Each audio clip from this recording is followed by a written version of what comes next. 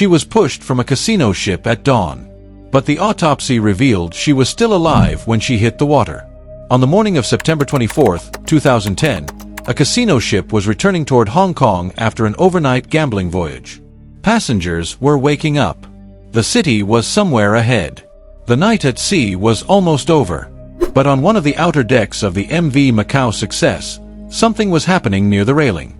A woman named Yang Wenjuan was sitting down, injured and unresponsive. Beside her was Wang Weilie, her former husband, the man she had legally divorced, but still lived with as a partner and co-parent. A passenger saw something that did not look right. Wang was holding Yang's head toward the outside of the ship's railing. The witness left to get help. But when security arrived, Yang was gone. Wang was still there, pale, shocked, muttering, complaining of stomach pain. And soon, he would tell people that Yang had gone down into the sea. Rescue boats were sent toward the water near Waglon Island. Yang was recovered later that morning, unconscious, but she could not be revived.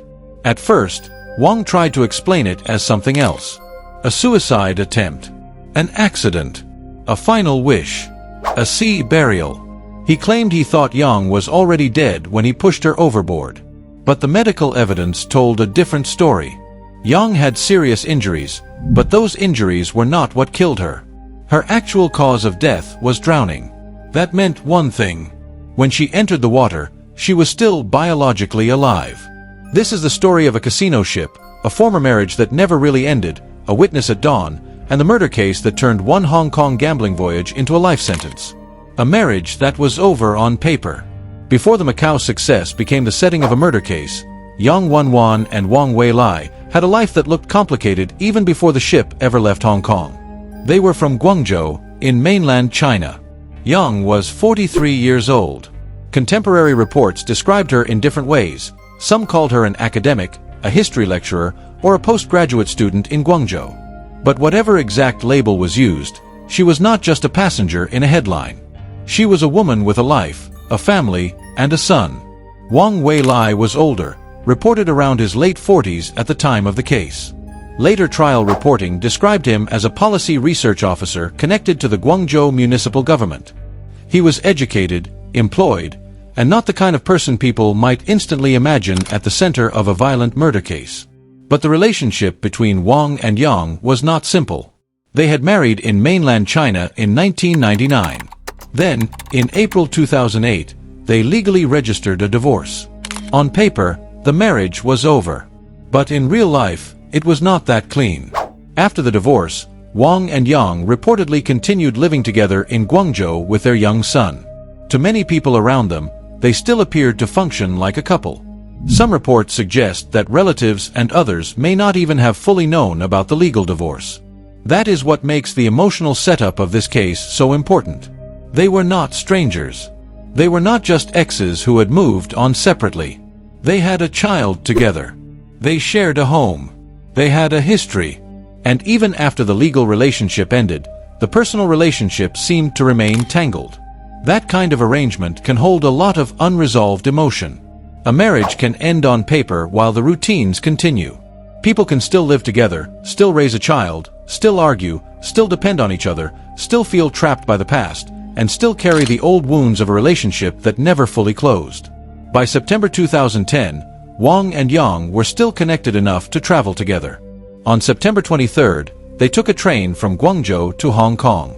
That evening, they boarded the MV Macau Success, an overnight casino ship. For some people, a casino ship is just entertainment. A night at sea. A break from normal life. Food, rooms, gambling, lights, noise, and the strange feeling of leaving the city behind for a few hours. But for Wang and Yang, that trip would become the final night of their relationship.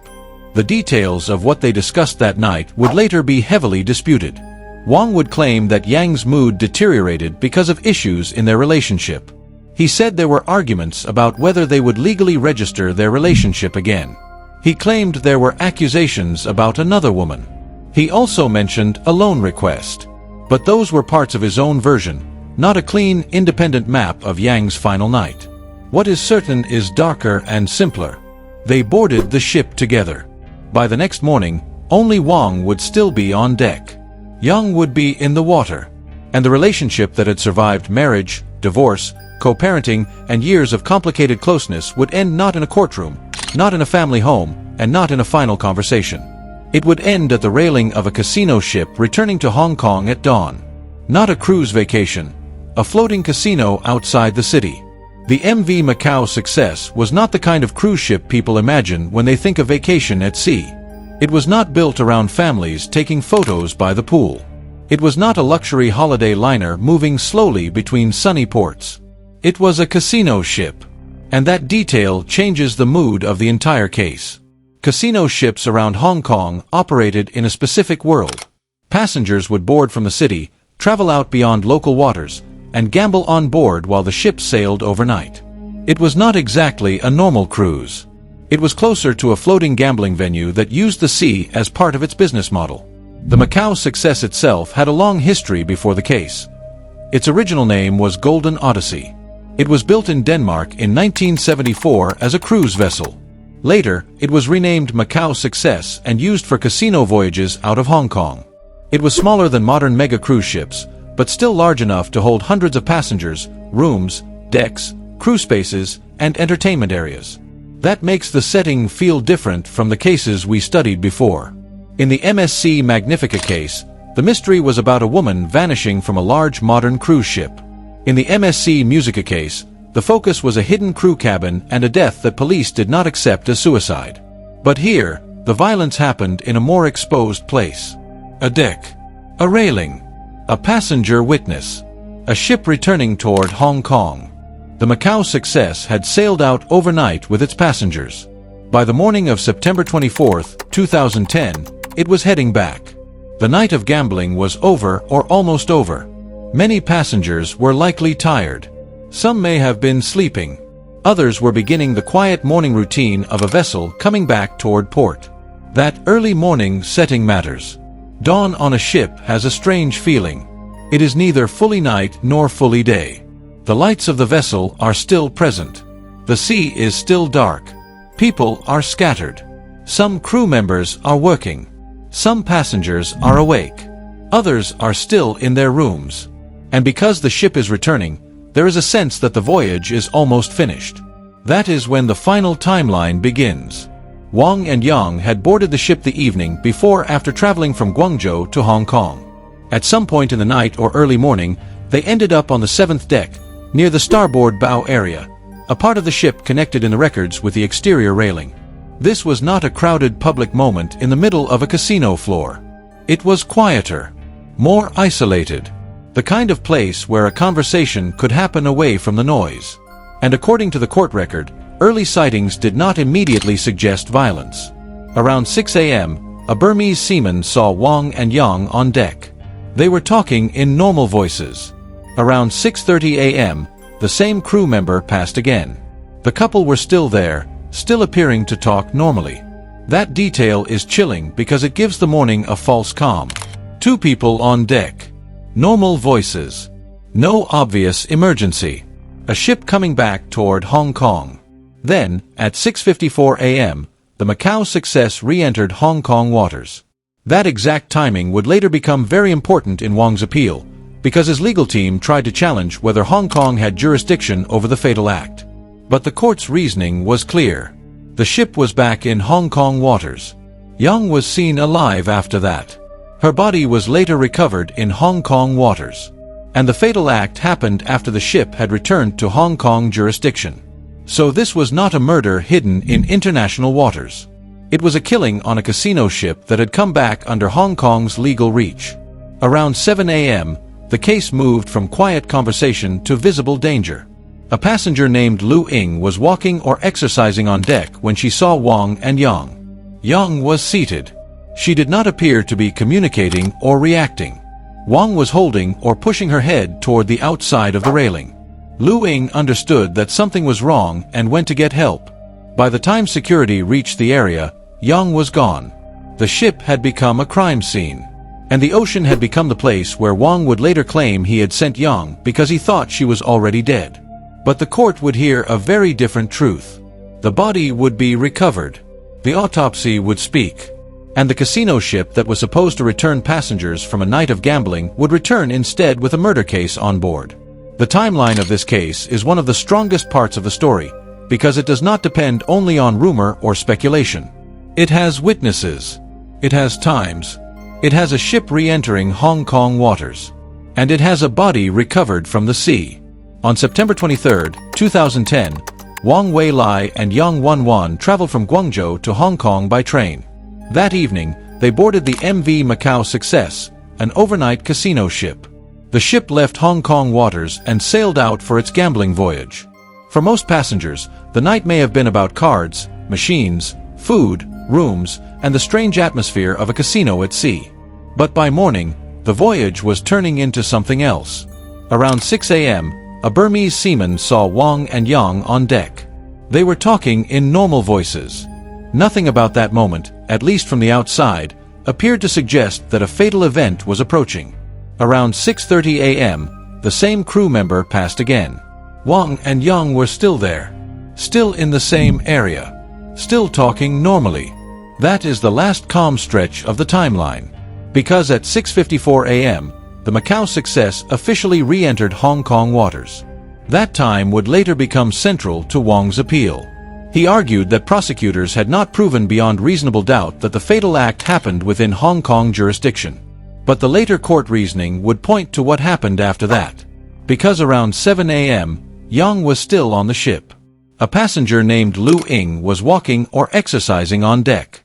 She saw Wang and Yang near the railing. But this time, the scene did not look normal. Yang was seated. She appeared unresponsive or non-communicative. Wang was holding or pushing her head toward the outside of the railing. Lu Ying sensed that something serious was wrong. She left to find ship staff and get help. That decision may have been the reason the case had a key eyewitness at all. Because when security reached the 7th deck area, Yang was no longer there. Only Wang remained. He reportedly looked pale and shocked. He was murmuring. He complained of stomach pain. Then he went to his cabin and locked the door. When security personnel gained access and asked about Yang, Wang reportedly said she had gone down into the sea. That answer turned concern into emergency. A woman had been seen on deck moments earlier.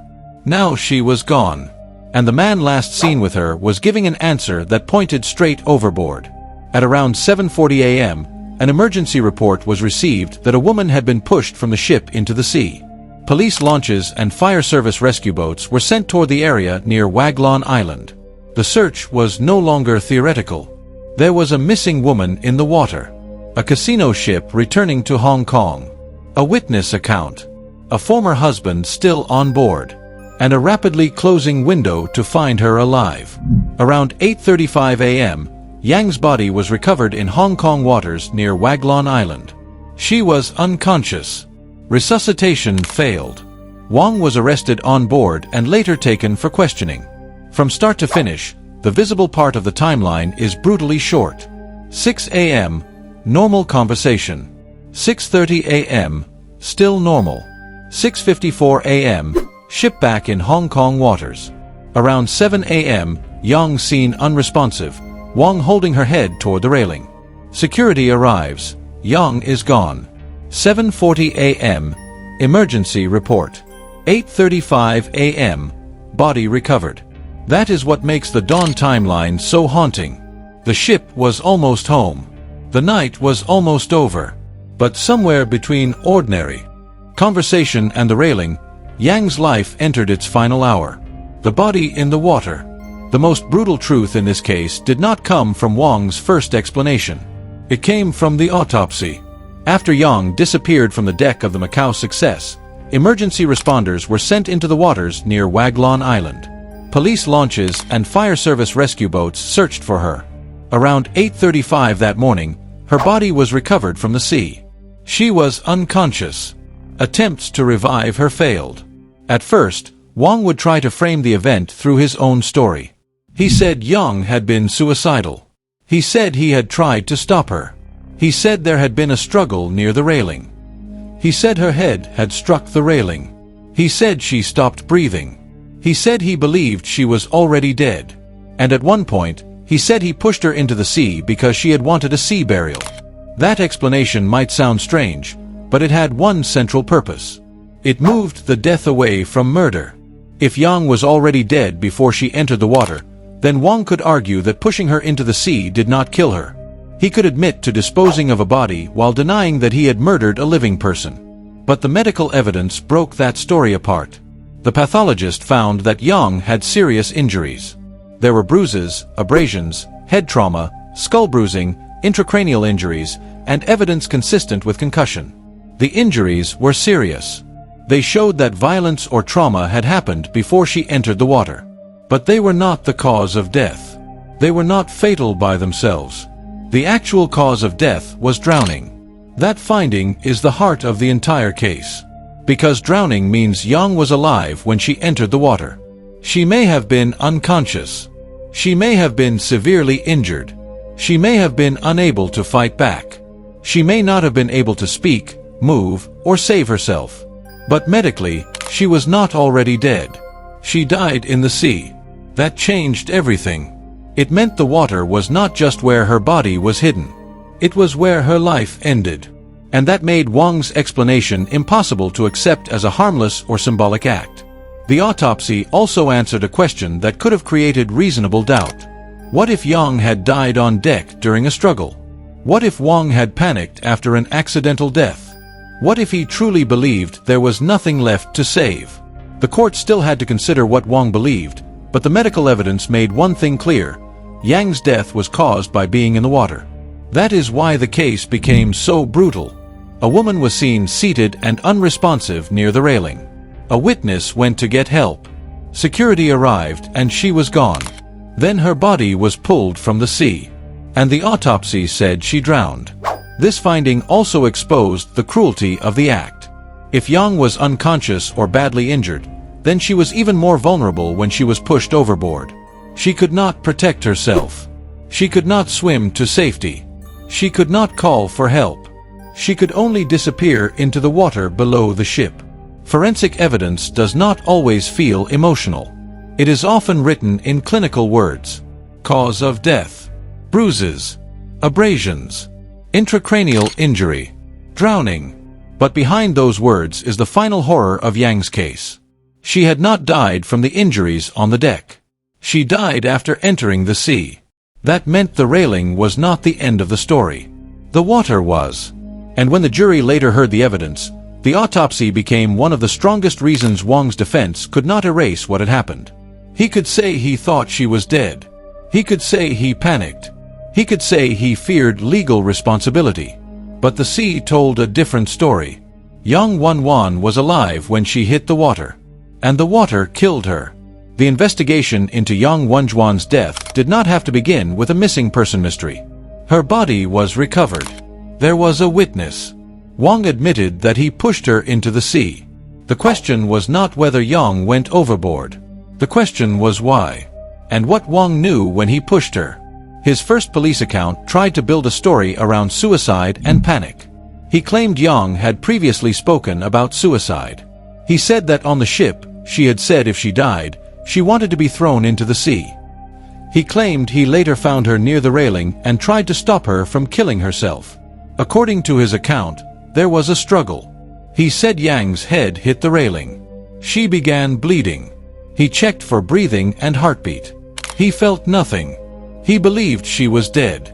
Then, according to that first explanation, he pushed her into the sea to fulfill her supposed last wish.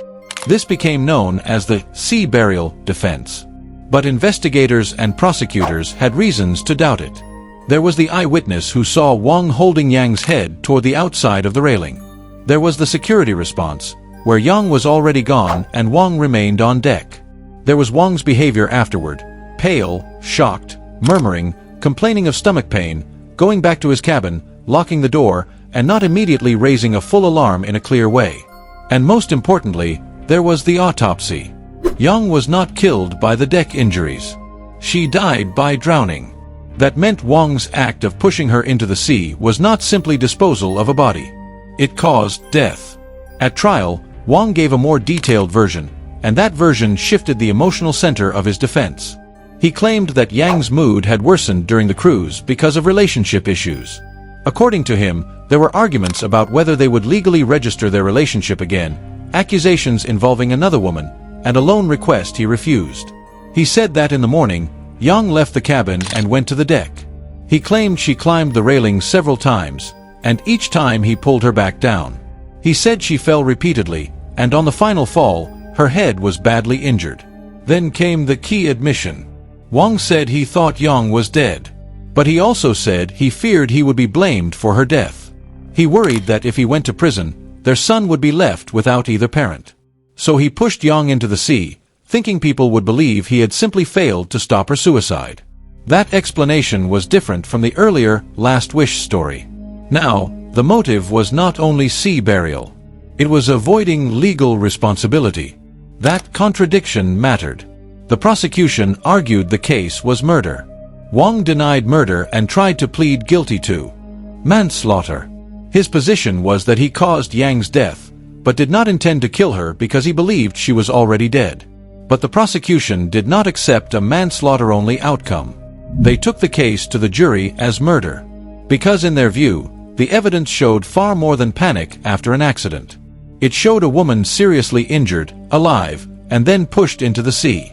It showed a man whose explanations shifted. It showed a witness who saw danger at the railing. And it showed medical evidence proving that the water, not the earlier injuries, killed Yang. That is why the investigation became less about whether Wang pushed her. He admitted that. It became about whether the jury believed his mind was innocent when he did it. In the end, they did not. The trial that ended in life. When the case reached trial, Wang Weilie did not deny that Yang Wenjuan entered the sea because of him. His defense was more specific. He denied murder. He tried to plead guilty to manslaughter. His argument was that he had pushed Yang into the water and that his act had caused her death, but that he did not have the intent required for murder because he genuinely believed she was already dead. The prosecution rejected that path. They pursued murder. Their case rested on several powerful points. First, the eyewitness. Passenger Lu Ying had seen Wang holding Yang's head toward the outside of the railing while Yang appeared seated and unresponsive. Second, the medical evidence. Yang had serious injuries before she entered the water, but those injuries were not fatal. Her cause of death was drowning. Third, Wang's behavior. After Yang disappeared, he did not clearly and immediately raise the alarm in the way an innocent rescuer might be expected to. He looked pale and shocked, complained of stomach pain, returned to his cabin, and locked the door. Fourth, the contradictions. His early sea burial explanation and his later trial account about avoiding legal responsibility did not fit together cleanly. Fifth, Yang's personality evidence. Her sister challenged the idea that Yang had been someone repeatedly talking about suicide, describing her as cheerful, optimistic, and socially connected. On November 10, 2011, the jury reached its verdict. It was not unanimous. 6 jurors found Wang guilty.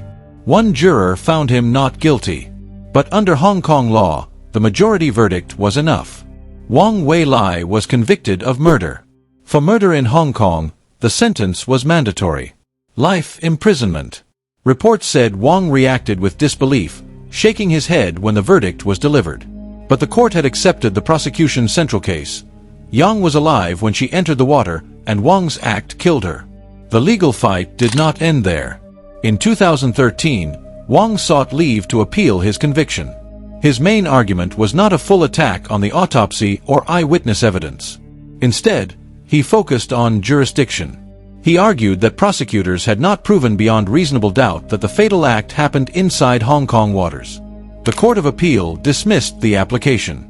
The court pointed to the fact that the ship had re-entered Hong Kong waters at 6:54 a.m., that Yang was seen alive around 7 a.m., and that she died by drowning after that. It also noted that Wang had effectively admitted causing the death through his manslaughter plea, and that jurisdiction had not been a live disputed issue at trial. In 2014, Wang tried again to push the jurisdiction question toward Hong Kong's highest court by asking for certification on a point of law of great and general importance. That application was refused. So the conviction stood. The life sentence stood. And the casino ship murder reached the legal ending Wang had tried to avoid from the moment Yang vanished over the railing. The court answered who caused Yang Wenjuan's death. But it could never fully explain every moment before the railing. That is what remains in the dark. What exactly changed between 6:30 and 7 o'clock that morning? How did a normal conversation become violence? What happened on the deck before Lu Ying saw Yang seated and unresponsive? How did Yang suffer the injuries found on her body? Was gambling part of the argument, or only a rumor born from the ship's setting? Why did Wang first speak of suicide and sea burial, then later tell the court he pushed her into the water because he feared legal responsibility? Some questions were answered by law. Others were left to the silence of the sea. What the jury did know was enough. Yang and Wang had boarded the Macau Success together after traveling from Guangzhou. They had once been married, then divorced, yet continued living together with their son. At dawn, on a casino ship returning to Hong Kong, Yang was seen near the railing, injured and unresponsive. Soon after, she was gone. Her body was recovered from the water near Waglon Island. And the autopsy revealed the truth Wang could not escape. Her injuries were serious. But they were not what killed her. She drowned. That meant Yang was still alive when she entered the sea. In the end, the Macau Success returned to port. The passengers went back to land. The gambling voyage ended. But one woman never walked off the ship. A former husband got life. A child lost his mother. And somewhere between the deck, the railing, and the dark water below, a relationship that was already broken on paper became something far worse. A murder at dawn. A body in the sea. And a casino ship that carried the truth back to Hong Kong.